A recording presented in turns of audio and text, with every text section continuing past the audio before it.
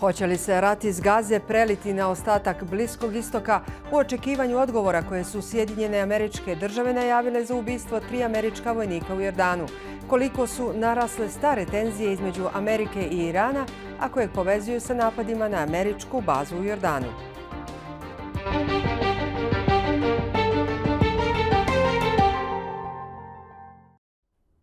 Dobrodošli u Kontekst, ja sam Žana Kovačević. Iračka oružana grupa Kataib Hezbollah bliska Iranu objavila je obustavljanje svih vojnih operacija protiv američkih vojnika u regionu. Ta grupa preuzela je odgovornost za napad dronom u blizini granice između Jordana i Sirije, u kojem su poginula 3 američkih vojnika. Američki predsjednik Joe Biden poručio je da ne želi izazivati regionalni rat, ali da će odgovoriti na napad na američke trupe. Iran je negirao umiješanost i zaprijetio da će, kako je saopšteno, odlučno odgovoriti na svaki američki napad na Islamsku republiku nakon što je Biden povezao Teheran s ubistvom američkih vojnika u bazi u Jordanu.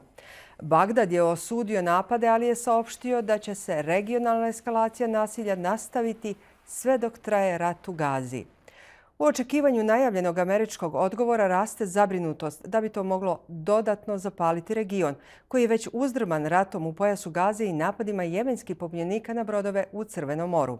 Ovo je tema naše večerašnje emisije, a naši gosti su: u Zagrebu je Božo Kovačević, diplomata i bivši ambasador Hrvatske u Rusiji, a u Beogradu su Vuk Vuksanović, viši istraživač u Beogradskom centru za bezbjednosnu politiku i saradnik Vanjsko-političkog instituta IDEAS na Londonskoj školi ekonomije i političkih nauka, i Stevan Gajić, politolog i naučni saradnik Instituta za europske studije. Gospodo, dobro nam došli. A na početku pogledajmo uvodni prilog Patty Cohane iz Vašingtona. Predsjednik Joe Biden je obećao odmazdu nakon što su u napadu dronom ubijena 3 američka vojnika, a deseci povrijeđeni. Smatram ih odgovornim u smislu da isporučuju oružje ljudima koji su to učinili. Mislim da nam nije potreban širi rat na Bliskom istoku. To nije ono što tražim.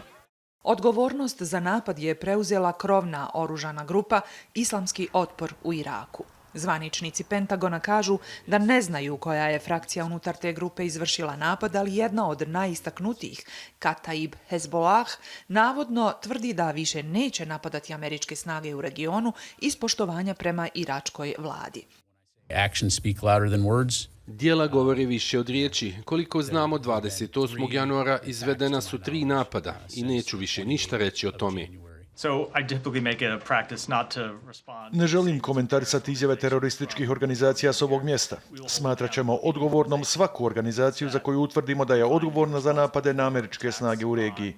Predsjednik Joe Biden je pod sve većim pritiskom da odgovori, a neki republikanci kažu da treba napasti teritoriju Irana. Njegova administracija mjesecima tvrdi da je zabrinuta da bi tako nešto dovelo do šireg rata. Jasno je da bi napadom na Iran takav scenarij bio vrlo vjerovatan. Patty Cohane, Al Jazeera at the State Department. Gospodine Kovačeviću, kako ste razumjeli ovu diplomatsku izjavu američkog predsjednika Bidena da ne želi izazivati regionalni rat, ali da će odgovoriti na napad na američke trupe u tajnoj bazi u Jordanu? Ko će biti meta napada i kakav bi taj napad mogao biti? Pa, biće žestok, biće razmjeran šteti koja je nastala napadom na američku bazu i dogodit će se onda kad Amerikanci budu sigurni da su detektirali onoga tko je odgovoran i kad oni odaberu trenutak za akciju. Što se tiče izjava američkog predsjednika da on ne želi rat sa Iranom, ja vjerujem da je to tako, jer zapravo Sjedinjene Američke Države sad nemaju neki interes koji bi bio presudno povezan sa njihovom nacionalnom sigurnošću zbog kojega bi intervenirale na Bliskom istoku. Danas situacija nije identična situacijama od prije 50 godina kad su zapravo Sjedinjene Američke Države smatrale da je nafta na Bliskom istoku zapravo strateška rezerva Sjedinjenih Država i opskrba Sjedinjenih Država je je ovisila o toj nafti. Danas su Sjedinjene države izvoznik energenata i više nisu na onaj način zainteresirane za Bliski istok na koji su bili prije. Sad Amerika i dalje nastavlja svoju prisutnost tamo kako bi osigurala da se ove terorističke organizacije Al-Qaida, ISIL i druge koje su spomenute da se ne bi osilile i razmahale, i Sjedinjene Američke Države su tu zbog svog ključnog strateškog partnera u regiji Izraela. I naravno u kontekstu globalnog nadmetanja Sjedinjene države su tu da regija Bliskog istoka ne bi bila prepuštena nekoj od drugih velikih sila, Rusiji ili Kini, i da se utjecaj Irana ne bi širio. Ali ne širenje utjecaja Irana nije istoznačno sa izravnim ugrožavanjem nacionalnih interesa Amerike. Tako da se meni čini da predsjednik Biden doista misli to što govori, da trenutno Sjedinjenim Američkim Državama ne bi odgovaralo da budu uključene u rat na Bliskom istoku. Da, gospodine Gajiću, evo čuli smo jača politički pritisak na Bidena da odgovori direktno Iranu. Republikanci su ga optužili da je dozvolio da američki vojnici postanu mete, bliži se predizborna kampanja. Da li je neobično da Sjedinjene države već nisu odgovorile na napad koji se desio u nedelju? Nije neobično s obzirom da je američka hegemonija na Bliskom istoku, ali i u svetu generalno poprilično uzdrmana. Ovde Biden nema dobar odgovor. Dakle, on može da uradi ono što je Trump uradio u svom mandatu, a to je da izabere nekakve nebitne ciljeve koje će bombardovati, nakon čega, setimo se, dobar deo trupa Sjedinjenih država je otišao iz Sirije. Druga opcija je ekonomski pritisak i to je možda najbolja opcija, da se sačuva lice na neki način iz svega ovoga. A treća i najgora opcija, ali opcija opet koju priželjkuje, to je više nego očigledno Netanjahu, je eskalacija i zapravo direktan rat između Sjedinjenih država i Irana. Da li ga vi isključujete? Ne treba to isključiti, posebno zbog neodgovorne politike Netanjahua, eskalatorne politike. Mi smo vidjeli koliko puta je gospodin Blinken dolazio u Tel Aviv pokušavajući da urazumi izraelsku vlast, da makar smanji sa ovom genocidnom politikom u Gazi, ali to se nije, nažalost, dogodilo. I Netanjahu tvrdi da će proklamovani ciljevi koji baš ne idu u najboljem smeru, njihovo ispunjavanje, da neće od toga odustati i da će praktično nastaviti, a Iran označava kao glavnog krivca. Tako da mislim da, kažem, Biden nema dobru opciju, ali bi eskalacija rata, što nije isključeno, bila verovatno najgora od mogućih varijanti. Gospodine Vuksanoviću, i među demokratama Bidenovim se javlja zabrinutost da ova njegova strategija zadržavanja sukoba Izraela i Hamasa u Gazi ne uspijeva i da rat izmiče kontroli, pa se počinju pojavljivati kao regionalni sukob. Uzme li se u obzir da su, evo spomenuli smo i jemenski Huti, potvrdili da su spremni za dugu konfrontaciju sa Sjedinjenim Američkim Državama i Velikom Britanijom? Šta vi očekujete? Sada, naravno, ključno je pitanje ono o kojem je kolega Gajić govorio, da se izbegne bukvalno taj veliki sudar između Sjedinjenih država i Irana, jer od početka sukoba u Gazi sve javne izjave i zapravo i ponašanje američke strane je bilo zapravo ne da se spreči, da se okonča taj sukob u Gazi, nego da se spreči takozvana horizontalna eskalacija, da se spreči proširivanje sukoba van trenutno geografskog pojasa i geografskog terena Gaze. Međutim, mi već sada vidimo po svim ovim nestabilnostima koje vidimo, mi možemo da kažemo da ta politika nije uspela, jer nestabilnost se proširila na nekoliko podregiona Bliskog istoka.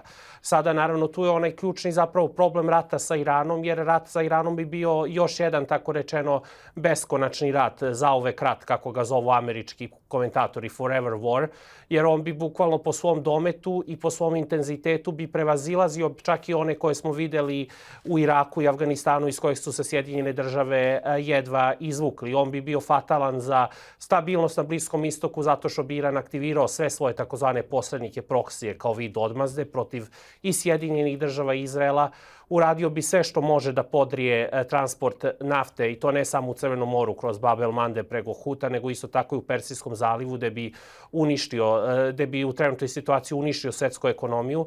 Znači, rat sa Iranom bi bio krvava rabota i u kojoj Vašington ne bi imao mnogo toga da dobije. A realno dugoročno bi čak i Izrael izgubio takvom kratkoročnom politikom, jer bi njihov glavni bezbednosni provajder u tom slučaju bio zaglavljen u veoma krvav sukob i njegova sposobnost da pomogne Izraelu bi bila izuzetno ograničena. Znači, od svih opcija koje imamo na stolu, ovo je zapravo ona najopasnija koju ne možemo ni malo olako da otpišemo, ali rekao bih da i dalje u Vašingtonu glavni izvor ratobornosti prema Iranu zapravo ne dolazi sa strane demokrata, nego prvenstveno dolazi sa strane republikanaca.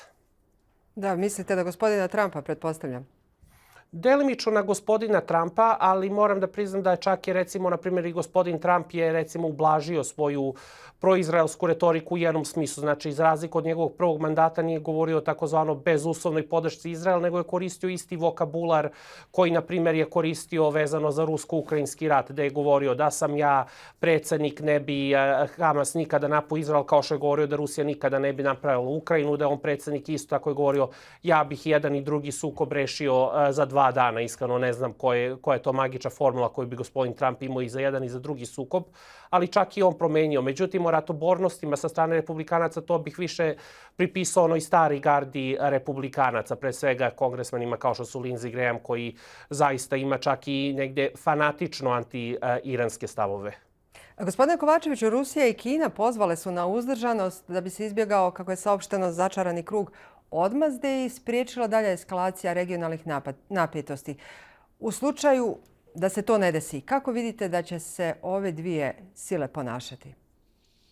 Pa ako Amerikanci ne budu bili spremni da sa drugim velikim silama koje imaju interes u toj regiji, a to su Kina i Rusija, razgovaraju o budućoj sigurnosnoj arhitekturi i ako dopuste eskalaciju sukoba kakva je sad opisana, onda će se te druge sile svrstati iza onih snaga na terenu koje ratuju protiv Amerikanaca.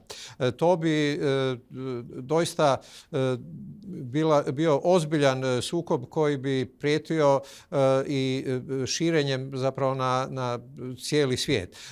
Tako da mi se čini da će Amerika pod svaku cijenu nastojati izbjeći sukob, a Rusija i Kina će, dokazujući da Amerika sama ne može biti regulator sigurnosnih prilika, da Amerika sama ne može biti demiurg koji jamči sigurnost u svijetu. Dakle, oni će nastojati da zajedno sa Amerikom i oni sudjeluju u rješavanju globalnih problema. Ključni problem suvremenog svijeta jest u tome što se Amerika jako teško oslobađa iluzije da je onaj unipolarni moment koji je nastao raspadom Sovjetskog saveza i krajem hladnog rata prestao. Amerika bi taj unipolarni moment htjela pretvoriti u unipolarnu trajnu situaciju, a svijet se razvija tako da to više nije moguće. To nije moguće niti zbog toga što su druge sile postale jače nego što su bile 90. godina i drugo, nije moguće zbog rastuće unutarnje nestabilnosti u Sjedinjenim Američkim Državama. K tome trajna savezništva Sjedinjenih Američkih Država, a NATO savez je ključno savezništvo, ne funkcionira najbolje i neće dobro funkcionirati ako ponajprije zbog rata u Ukrajini Amerika bude ostvarivala korist, a svu štetu tog rata bude snosila Europska unija. Dakle, Amerika je suočena s činjenicom da njezin položaj hegemona nije neupitan kako je bio 90. godina i k tome je suočena sa dubokom unutrašnje političkom krizom bez čijeg prevladavanja Amerika ne može ni približno povratiti ugled i utjecaj koji je imala u prijašnjim desetljećima. Gospodine Kovačeviću, šta to znači to što je suočena sa tom činjenicom koju ste sada opisali? Znači li da je unutar američke administracije, ali i među republikancima ta činjenica osvješćena? Ja mislim da se američke političke elite teško mire s tim. Bidenov mandat je zapravo obilježen pokušajima učvršćivanja savezništava i polarizacijom, ponajprije prema Kini. I moglo bi se reći da je ono što je predsjednik Biden nastojao uspostaviti, da je to novi hladni rat unutar kojeg se sukobljavaju autoritarna Kina i demokratski svijet na čelu sa Sjedinjenim Američkim Državama. Ali Sjedinjene Američke Države ne uspijevaju postići onu homogenost, ideološku homogenost kakva je postojala u vrijeme hladnog rata između Sjedinjenih Država i njezinih europskih saveznika. Sjedinjene Države su računale da će sve svjetske demokracije se pridružiti sankcijama protiv Rusije, a najveća demokratska država na svijetu se nije pridružila tim sankcijama. Da ne kažem da nijedna od članica asocijacije BRICS se nije pridružila tim sankcijama i na koncu vlade koje kontroliraju većinu stanovništva nisu se pridružile sankcijama. Amerika ima problema sa definiranjem vlastite uloge u svijetu. Gospodine Gajiću, od izbijanja rata Izraela i Hamasa u oktobru, američke snage na Bliskom istoku više od 150 puta napale su snage koje podržava Iran u Iraku, Siriji, Jordanu i uz obalu Jemena. U ovoj situaciji da li će sada ti napadi biti češći?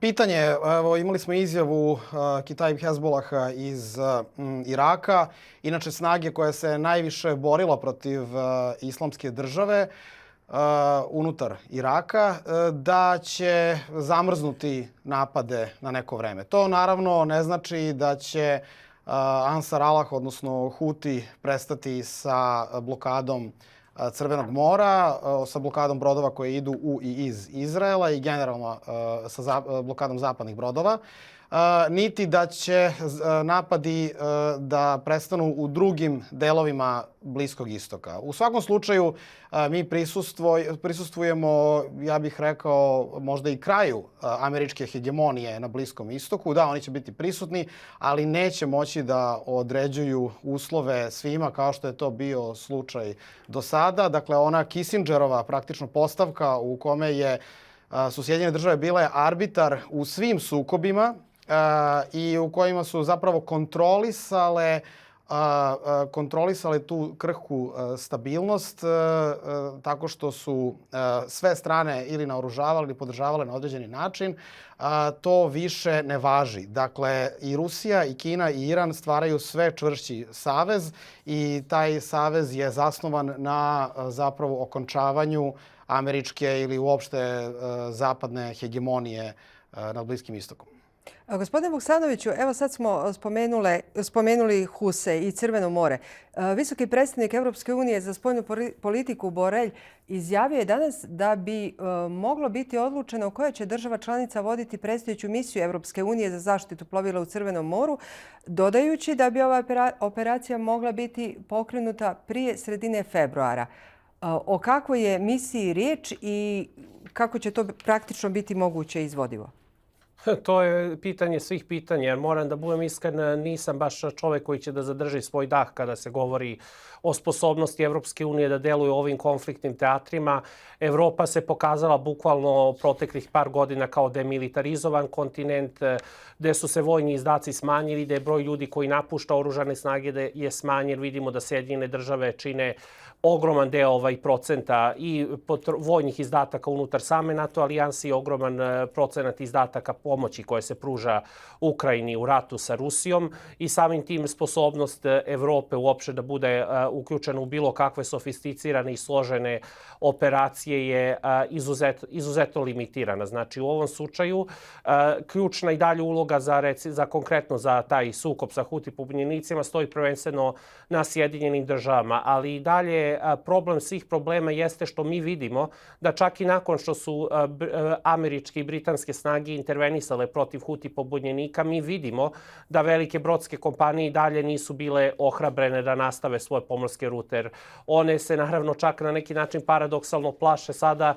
ne samo projektila koji ispaljuju Huti pobunjenici, nego bukvalno i projektila koji ispaljuju američki i britanski razarači prema jemenskoj obali. Znači, za sada mi ipak deluje da će, kao što su ovi irački pobunjenici rešili, prvenstveno ja pretpostavljam zbog neke, to je da su odustali zbog daljih napada, zbog neke, ja bih rekao, tajnog diplomatskog kanala između Teherana i Vašingtona. Ja i ovde pretpostavljam da će i ovde morati prvenstveno da dođe do nekog diplomatskog kanala, ali to će se prvenstveno odnositi na sposobnost Vašingtona da ograniči postupanje Izraela. Jer mi čak vidimo da su Huti pobunjenici obustavili svoje napade na brodove koji su prolazili kroz Bab el-Mandeb onog trenutka kada je postojalo ono kratko humanitarno primirje sa Hamasom vezano za oslobađanje taoca. Znači, sposobnost da se okonča ova kriza sa Huti pobunjenicima je direktno na neki način povezana sa sposobnošću da se osigura primirje u Gazi.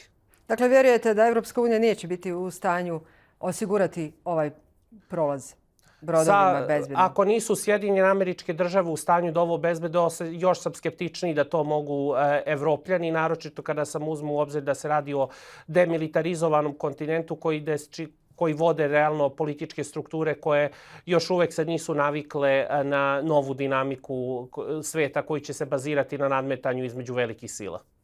Gospodine Kovačeviću, državni sekretar Antony Blinken, evo malo pre ga je spomenuo i gospodin Gajić, sprema se još jednu 6. posjetu Izraelu od početka rata. Najavljen je susret s premijerom Netanjahuom i ratnim kabinetom. Sada su pozivi na povećanje humanitarne pomoći i prijedlozi za budućnost Gaze ostajali bez odgovora. To smo svjedočili i vidjeli.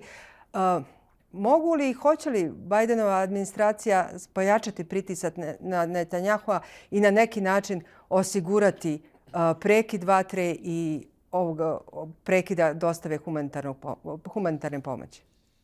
Problem svake američke administracije jest da bilo koje pitanje, bilo koje vanjsko-političko pitanje, kad postane unutarnje političko pitanje, onda veže ruke toj administraciji. Ja mislim da je takva situacija trenutno u Americi.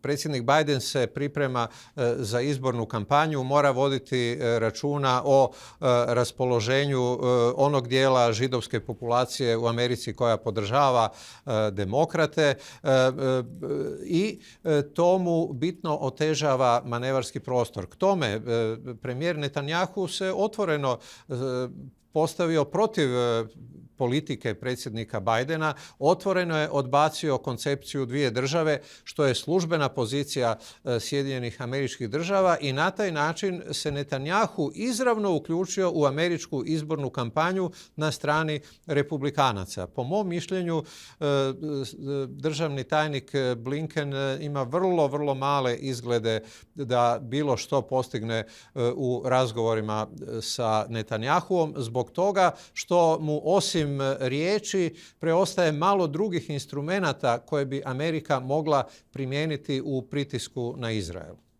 Gospodine Gajiću, imajući u vidu trenutnu situaciju na Bliskom istoku koju ste opisali, gdje se bilježe i prve američke žrtve, do sad ih nije bilo, rat u Ukrajini, kraj se ne nazire, tenzije na Tajvanu su prisutne. Koliko će dugo SAD biti angažovana na svim tim stranama? Uzmeli su u obzir da su suočeni s ozbiljnim imigrantskim i bezbjednosnim problemima na svojoj južnoj granici prema Meksiku. Dakle, pored ovoga što slijede predsjednički izbori u novembru.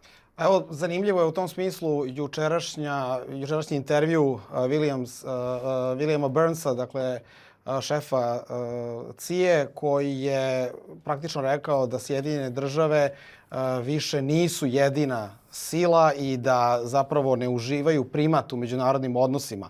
Dakle, u Sjedinjenim Državama postoje glasovi, pa čak i na tako visokom nivou, koji razumeju da oni ne mogu da budu razapeti na 100 frontova, da u isto vreme Bidenova administracija se bori i sa guvernerom Teksasa i još 24 guvernera unutar SAD i sa republikancima i Trumpom i sa pokušavanjem održavanja kontrole nad Bliskim istokom koja već de facto ne postoji i sa ratom u Ukrajini gde vidimo da prosto više neće biti onog finansiranja i slanja oružja ukrajinskim snagama. Jasno im je da Rusija pobeđuje. Tako da prosto postoje glasovi koji pokušavaju zapravo da unesu nešto racionalnosti, ali opet imamo sile koje su veoma jake, poput Netanjahua i ljudi koji podržavaju tu politiku u samim Sjedinjenim državama, koji bi želeli dalju eskalaciju, koja je zapravo pogubna za same Sjedinjene države. Hvala vam, gospodine Gajiću, gospodine Kovačeviću, gospodine Vuksanoviću. Hvala i vama što ste odvojili vaše vrijeme za naš program. Bio je ovo Kontekst. Hvala vam što ste bili sa nama. Do gledanja.